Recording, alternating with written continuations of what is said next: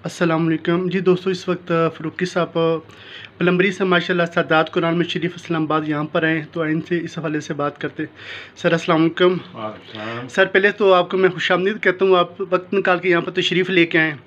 तो फ़ारूकी साहब, आप हुकूमत से क्या मुतालबा करना चाहते हो जो मौजूदा मुक़द्दस राह के हवाले से बेअदबी हो रही है? हम हुकूमत से यह मुतालबा करते हैं कि आज़ाद कश्मीर भर में जी जी बलदियाती अदारे हैं, उलमाए कराम हैं या कुछ NGOज़ हैं जो जी जी कुरान पाक की इज़्ज़त व एहतराम के लिए काम कर रही हैं, जी जी उन्हें सरकारी सतह पर जो है ज़मीन जो है अलाट की जाए, ठीक ताकि है। वो वहाँ पर कुरान माल मुक़द्दस गार के मुख्तलिफ नामों से जिस तरह वो चाहें वो करके जी वो जी कुरान पाक को तहफ़्फ़ुज़।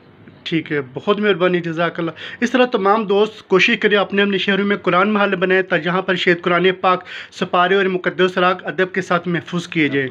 जज़ाकल्लाह वस्सलाम। अज़मत कुरान जिंदाबाद, इस्लाम जिंदाबाद।